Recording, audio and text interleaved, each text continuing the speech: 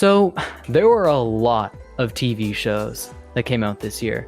Like, probably too many of them, and I watched a good chunk. And if my sources are correct, Dakota watched, like, none of them. So, like last year, I'll be pitching all the shows that I watched this year, maybe not all of them. I don't know how far we're going to get to it. And we'll see if you or Dakota will watch any of these, the mixed bag of a show that I have for you today. And stay tuned, because we'll be doing the same thing for anime in the upcoming weeks.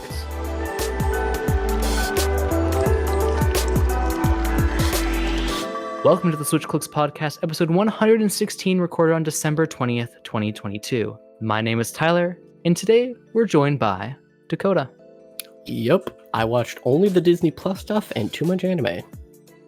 Love to see it. Love to see it. I think we don't have much preamble to talk about. So, what's the big one? What was like the big show this year?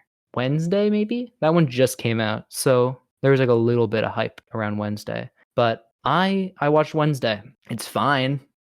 It's kind of crazy because it had like so much hype surrounding it on like Twitter and stuff for about a week or two.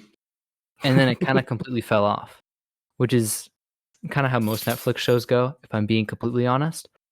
But it's so strange because finally watching through it, it's pretty good, but it's nothing earth-shattering.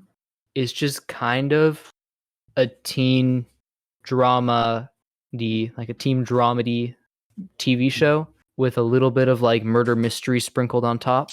Wow, really? Where did that come from? It is, I think for me, the biggest selling point was that Tim Burton directed like the first 3 episodes and produced the rest of it. Yeah. And it's like, don't get me wrong, it's pretty good. And as much as I didn't like the twist, it was surprising and like understandable. Like it was something that made sense going through the whole thing. So it was really well put together. But just, I don't know, the amount of buzz it got is very strange because it really isn't anything. Yeah, the main thing I heard was that, well, first of all, it was like Netflix's biggest release since Stranger Things. What? Which is weird. I feel like Netflix has to lie, right? Somewhere, yeah. It feels like every show that Netflix comes out with is their new biggest one. And then, as well as like the quality of the show I've heard is like, oh, it's really good in the first 3 episodes, specifically ones that Tim Burton directed, and then it falls off and it feels like Riverdale for the rest. I can Which see is that. like the worst thing you could say about a TV show. I can kind of see that. I agree the first 3 episodes are probably the strongest. I can't remember. Yeah. Like the beginning of the show is really strong, and I think it kind of falls off as it goes along. But I'd say all the characters are pretty good and engaging. I don't think there's any character I specifically hate. So it kind of keeps you going because once you get to know the characters, they all just keep doing their thing and it's pretty fun. It also really doesn't feel like it needs to be an Addams Family spinoff because the Addams Family shows up for like a grand total of maybe 4 episodes. And it feels like they just wanted to make a teen murder mystery show and just so happened to also have the Addams Family in their grasp around the same time. Yeah, I'm pretty sure Universal owns them, right? At least the animated portion. I don't know. I don't know. I feel like I might get crucified for saying that, though.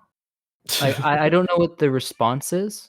I don't know what the responses are surrounding Wednesday, because also it seems like no one cares anymore. So maybe I'm safe. Talk about Moon Knight. Moon Knight. Wow. Sick. Moon Knight was sick. I don't remember much from it. Fair enough. I didn't really like Moon Knight. I think it was fine. I think it was trying too hard. And that's really like, okay, actually I have more to say, but Moon Knight feels like it's broken into multiple pieces, kind of like its main character.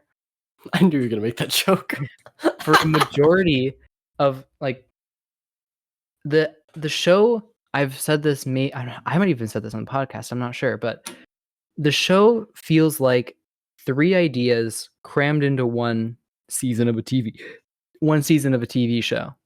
You have psychological, is it all in his head angle, ancient Egyptian mythology, gods are cool angle, and like small time crime fighter. And they're all 3 ideas that like maybe 2 together would be cool, but all 3 feel like they're kind of fighting. But it's fine. If you like Marvel, you like Marvel, you know? This show's pretty good if you're a Marvel fan. Yeah, I'm just hoping Moon Knight comes back in some sort of form. Yes, I didn't love the show, but I really liked Oscar Isaac, so I hope he comes back. Yeah. Also, just don't want Oscar Isaac to get snubbed by another AAA movie franchise. That's true. I mean, I think there's a reason that he signed on for 1 season because he's been burned before. Yeah. By Star Wars. And speaking of Star Wars, Andor is a show you did not watch, which I is did a not shame. watch the first episode. Did watch the first episode. Oh, you did but I watch heard the that the first episode was the weakest. It probably was. Although I don't know, it kind of hooks you in, I think, pretty quickly. I don't want to honestly, I think more people should see the show, so I don't want to go into much detail. But Andor is pretty much just like it feels like they kind of perfected the Star Wars without lightsaber side of the universe. Where it's just like all the stuff that should be really boring isn't. Where like the original trilogy or the prequels, anytime you see like a boardroom of Imperial officers, you're just kind of like falling asleep a little bit because they're just talking about space jargon, and then you go back to the fun Luke Skywalker segments. But with this one, maybe my brain has been broken, but every time we get from like the high action scene to the Imperial press conference, or like not the press conference, like the Imperial board meeting about like what are we going to do about what just happened, it entices me more. It's like everything in the show just keeps it enticing, and it just keeps going. It doesn't stop, and I would say there's no low points. There's a couple low points where it gets a little boring, where it's building up to the next big thing that happens. But the whole show is essentially 3 big arcs that happen in succession that all lead into each other. And it just shows how destabilized the Empire is and how kind of easy it is to like break the ground underneath them so then episode 4 can fully blow up the Death Star. And it is very good. I do say I want to watch more of it. It's just there's nothing coming out, so I did cancel my Disney Plus membership. Fair enough. All I gotta say to that is, sometimes you have to download a car. That's all I'm gonna say. But I guess moving back to Disney Plus, let's bring up the other Star Wars thing. Oh, wait, was Book of Boba Fett 2022? It was. I did not watch that either. Oh, okay. I think it was started 2021, but yeah. Well, Book of Boba Fett started 2021, and maybe it ended 20. I don't know. Don't I watch think it Book ended of Boba in Fett. February. I just don't watch it. Don't watch Book of Boba Fett. It's not very good. Okay, I didn't watch it, so it's fine. Good. Okay, that's good. Good to know. Good to know. Speaking of shows that you probably shouldn't watch, Obi-Wan Kenobi. I mean, you can watch it. It's watchable. It is it's a pretty watchable fun. show. I will give them that. But it also feels like it's like the most micromanaged Star Wars thing in a very long time. It feels like anything interesting that happened in the show also had to go through like 3 layers of rewrites to get to where it is now. I mean, wasn't it leaked that it was rewritten like 8 times? I don't know, but that makes sense. I feel so bad though, because Ewan McGregor seems to really like the character and like passionately care about it, and they brought back all the old actors, it really feels like a Disney Pocahontas Lion King kind of thing, where Disney thought the Pocahontas was going to be the next big thing. So all like the micromanaging, the A team all went to Pocahontas and just left the B team to make Lion King. And we all know how that turned out. And that's pretty much Obi-Wan was Pocahontas and then Andor was Lion King. Every Disney executive just had like constant eyes on Obi-Wan, and then Andor was just allowed to make something in the corner without nearly as many rewrites. And I don't know. I don't know what happened, but Obi-Wan is perfectly okay. Yep. I just remember the cool parts. The one fight in the middle, the one fight at the end. That's true. I forget what the one fight. Oh, I do remember the one fight in the middle. I think, okay.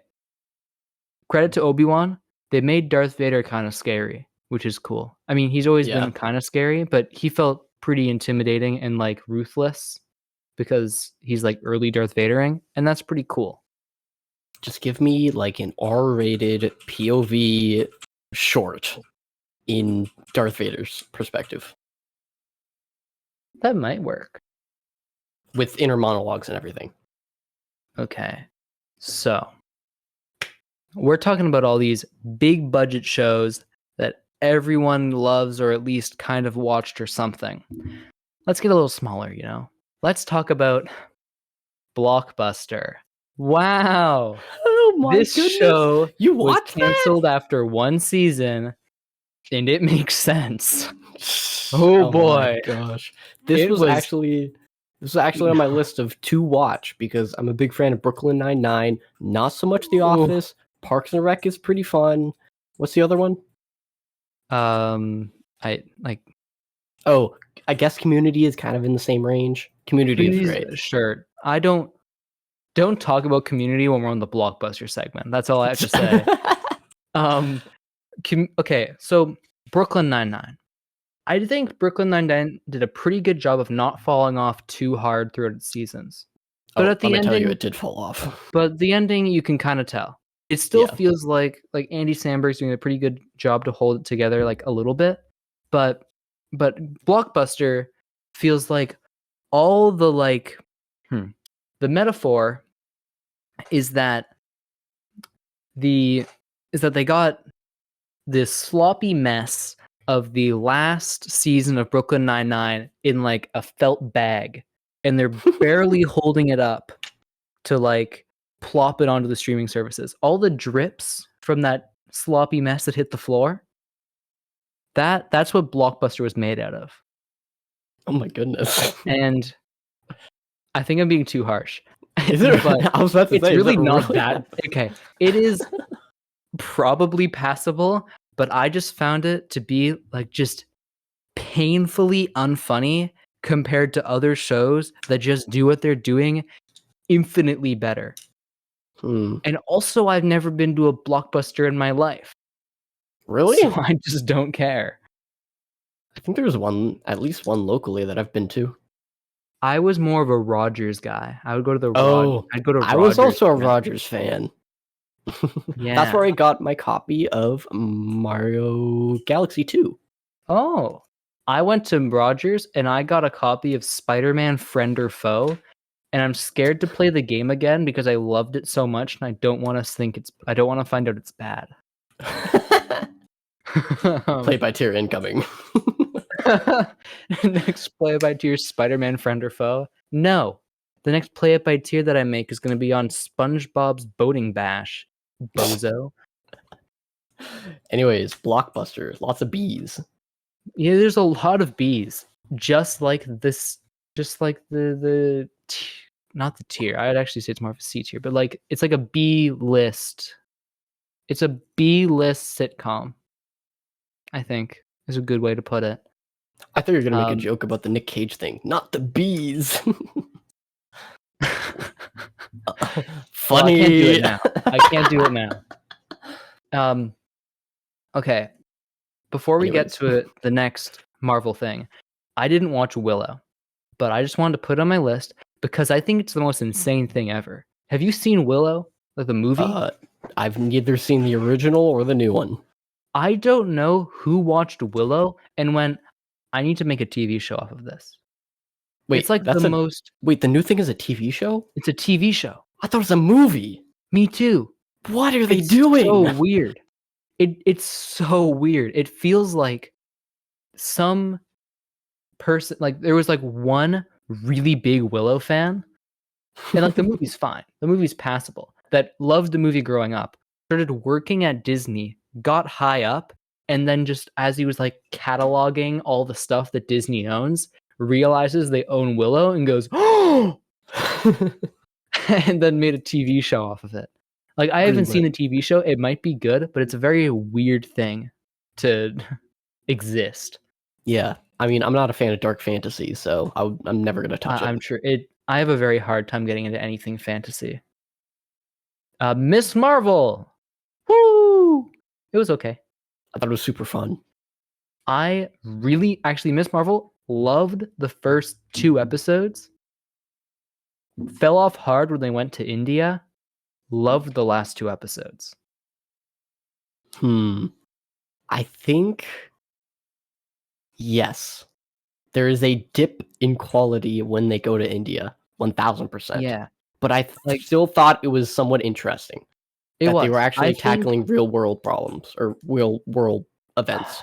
Unfortunately, I do think Miss Marvel has quite possibly the most uninteresting villains in all of Marvel. What villains do she have? Does she have the like her fake aunt or like grandma or something, and her like boyfriend slash okay the people that turn into crystals at the end or something. Yeah, they suck. I forgot they were even in there. Clandestines. It's like it's so funny because the beginning, like the first couple episodes, there's a lot of style and flair around it, and it's really fun. And then it suddenly loses it all is when they go to India, and then when they come back to New York, the style and flair gets brought back. So there is a reason for that, and it's because the brother directors only directed the first and last episode, and they're the only people who put that type of style in that. And they're the same directors who Batwoman? What was it? The thing that was canceled. They directed that. Batgirl. Yeah, they directed that. They directed. Oh, that's even more depressing than it got It's so depressing. Dude, made me so sad.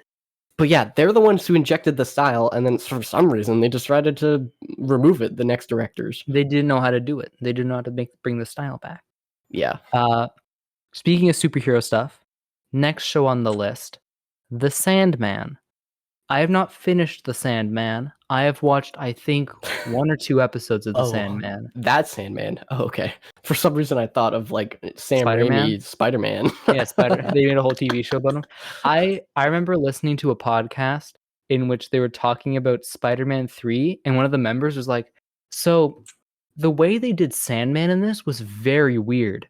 And everyone thought it was a joke, so they were laughing along.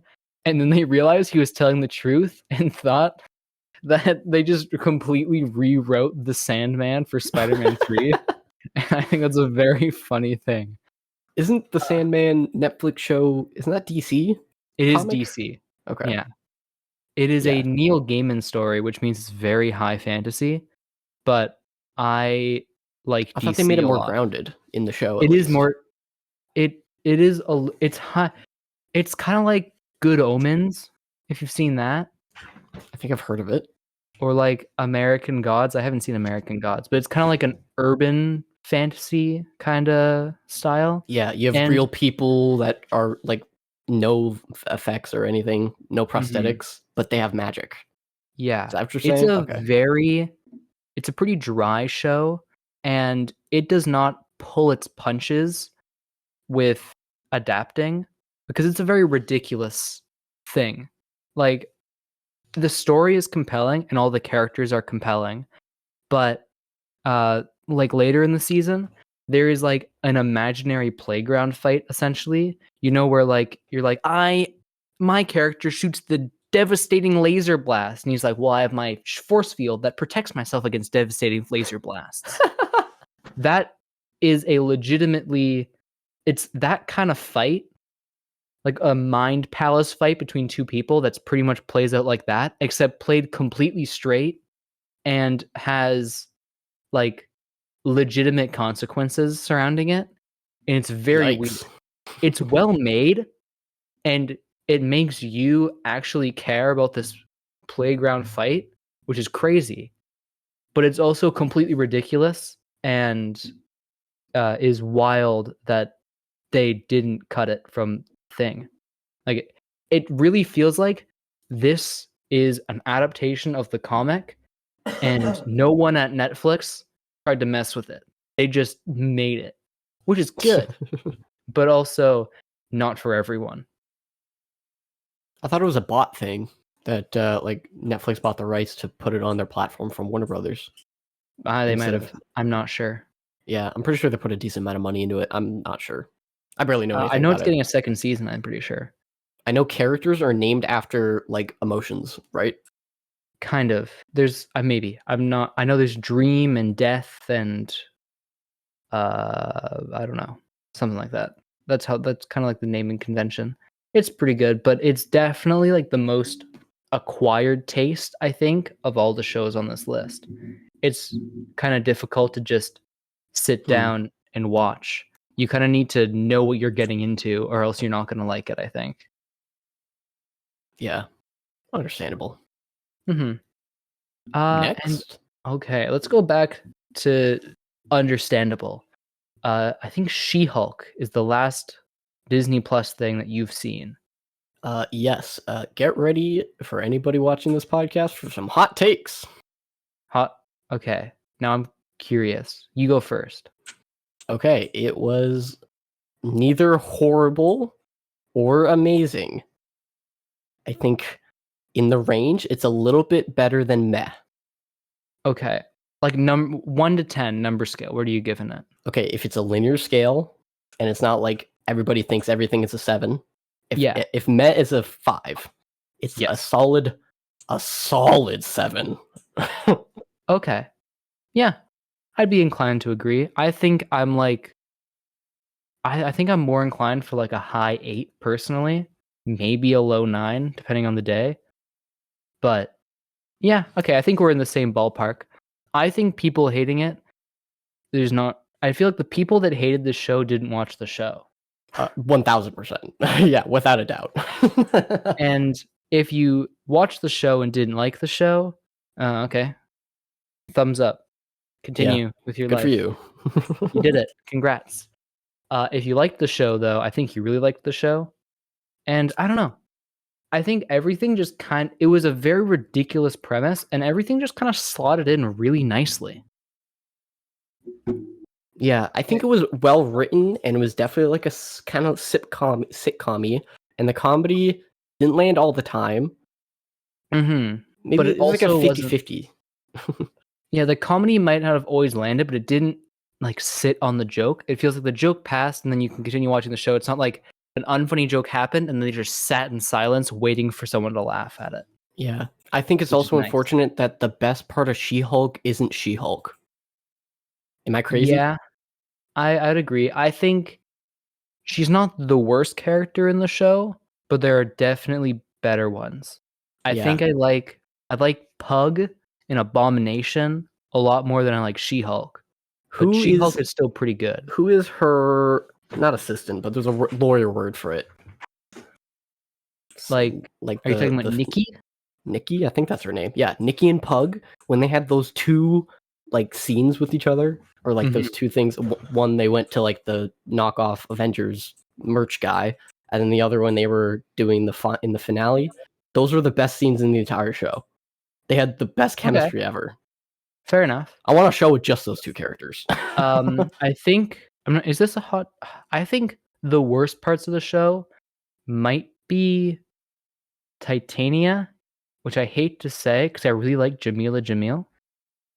Yeah, just kind of a forgettable character, but I think that's just how she was built, unfortunately. I don't think they can fix that. Any instance of the Hulk past the first episode? I mean, he only shows up in the finale, but yes. Yeah, well, there's a couple episodes where he's like on the phone or something, but even in the first episode, he's a little iffy. I feel like my favorite part of the Hulk in this show was just showing that his island is all like it feels the first episode brings up that like when everyone in the world hated him and Tony built a little island for the Hulk to stay on. Yeah, And it kind that's of makes wholesome. me wish that happened in the,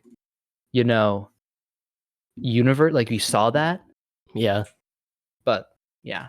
It just hits harder that we didn't see that happen.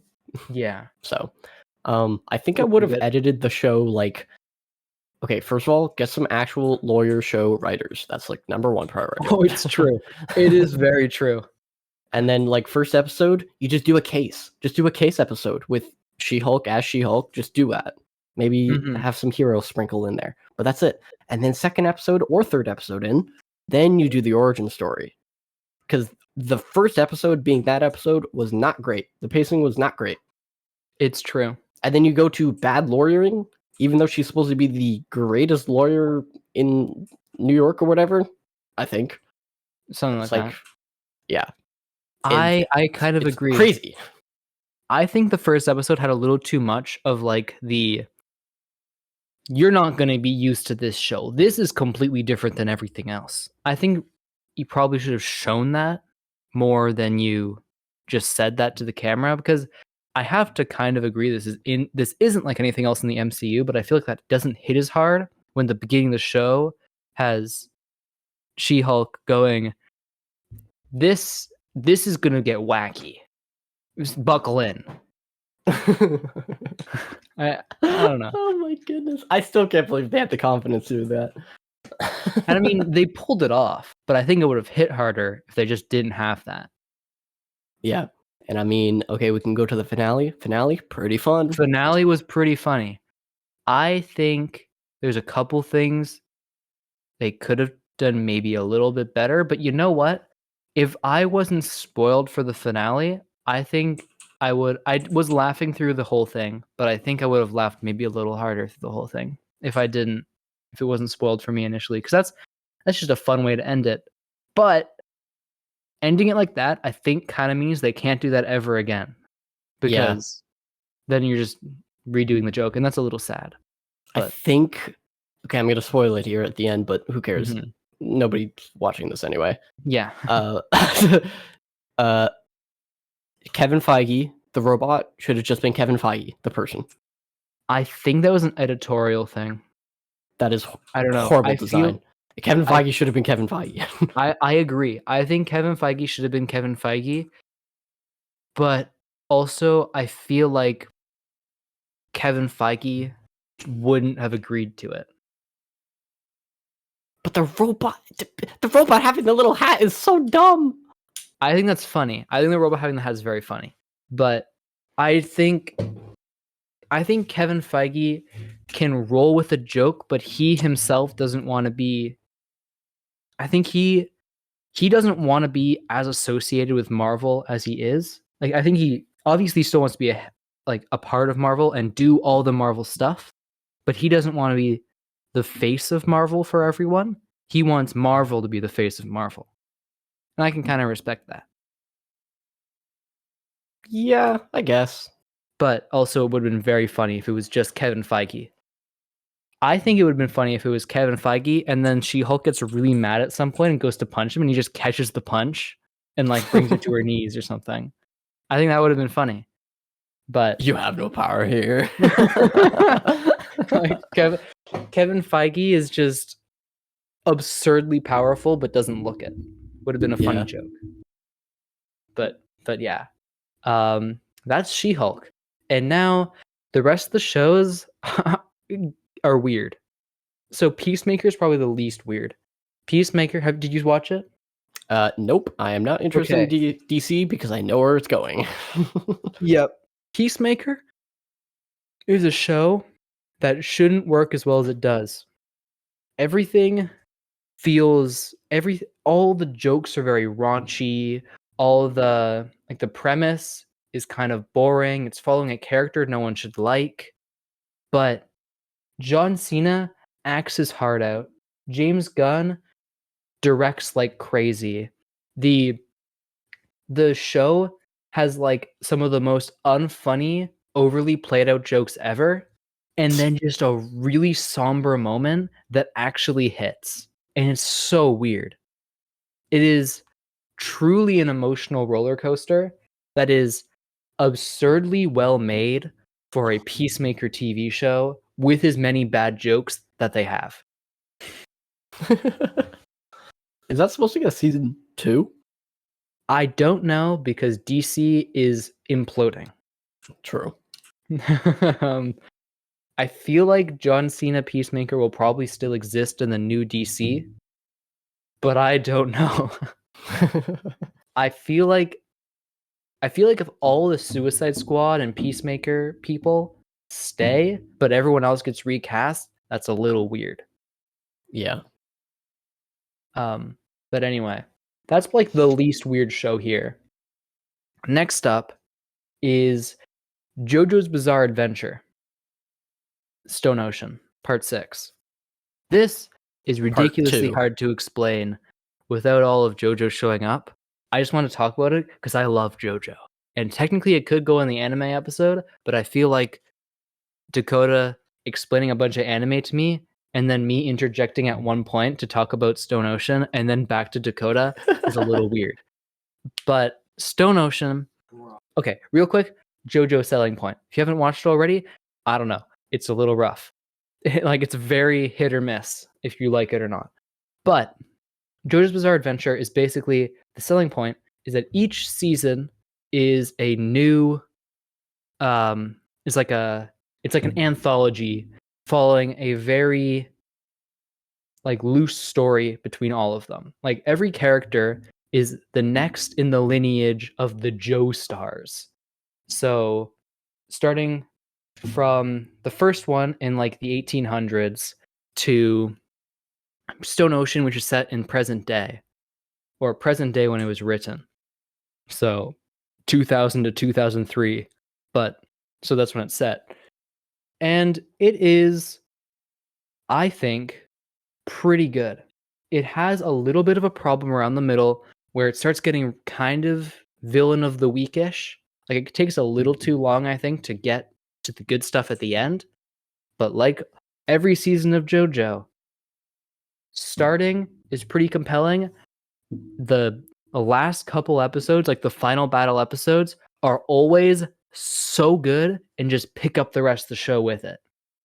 And this season, I'm not going to spoil it, ends in a very confusing way that you probably will have to look up afterwards, like Stone Ocean ending explained, because it gets a little weird. Like a lot of JoJo kind of feels like they used like pseudoscience as a base for how they explain everything in like a weird way. Like for an example, there'd be a character whose powerful ability is to like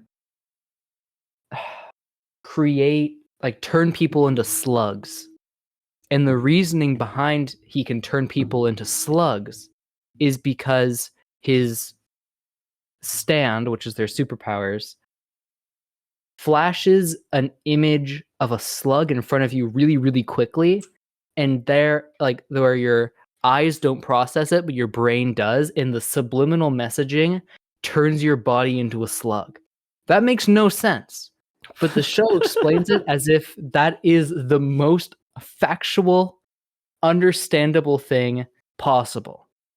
And I use that as an example, and that is an episode, by the way, in this show. That is one of the reasonings behind it, behind a stand that turns people into slugs. But like, you just kind of have to nod along some of the times. It feels like the writer Hirohito Araki is just spewing nonsense, and you're just sitting there with your legs crossed, hands on your lap, and you're like, yep, that makes sense. Give me more, please.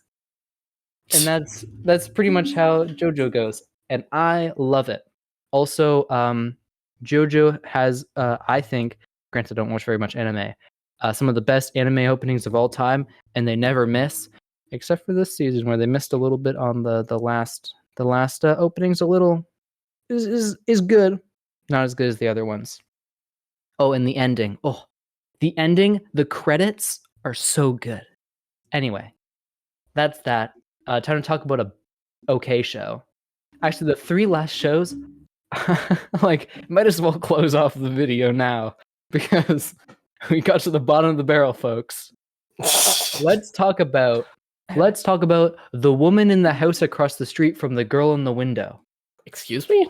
It is a Wait, is that the one from the main girl Kirsten is Bell. Yes. Yeah, Kirsten Bell stars in a parody of murder mysteries, but there isn't much it's a parody that's kind of played completely straight, which should be funny, but also like I feel like the idea behind it and explaining it to people afterwards is very funny, but while watching it, it kind of falls a little bit flat. And because I don't think anyone cares about it, I'm going to explain the story. Kind of. I don't remember it well enough. It came out like pretty early in the year. I don't fully remember it, but the whole point is that across her street, she sees her neighbor get murdered by presumably her husband, like the neighbor's husband that they just moved in. However, everything seems to be fine. The wife still is missing, so it's curious who murdered her, but the hot husband who she kind of has a thing for is probably the murderer, and the whole show is her trying to like prove to everyone that he killed his wife, but no one believes her because she is she like kind of takes a lot of pills and drinks like way too much wine. Okay, this kind of sounds normal so far. It seems like honestly. normal. However, the show, like the way they explain it is like, but then why did you have a human-shaped body bag carrying it to the river? And he's like, well, it's because I was going to my like, I don't want to share this to anyone. Please don't tell anyone. I was going to my comedy routine with my marionette, and that's why there was a body-shaped like bag in his trunk because it's where his marionette is. That's kind of funny in like theory, but I don't know, it falls a little bit flat. And the final twist is that he didn't kill his wife, his daughter did. And it all falls into place that the small little child is evil the whole time. And it's fine. It's like, it feels like, it's a show that feels like everyone in the writer's room were laughing like crazy. So they made the film, and it's okay. That's how we make some of our videos. Fair enough. And I hope you like more murder mysteries because that's all we have left. Oh my Next goodness. up is The After Party, a good TV show. This one's actually pretty funny.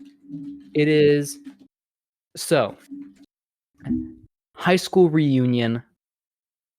However, at the after party of the high school reunion, the guy who got famous after high school was murdered and pushed off the mountain to his death, played by Dave Franco. I love Dave Franco. And then the police detective comes in and tries to solve the mystery. And then the whole day, it's pretty much the entire show is every episode is the perspective of a different person in like a different kind of style. So That's the interesting. main character, played by Sam Richardson, is his story plays out like a rom-com because he was trying to get together with the love of his life. I don't remember, but someone.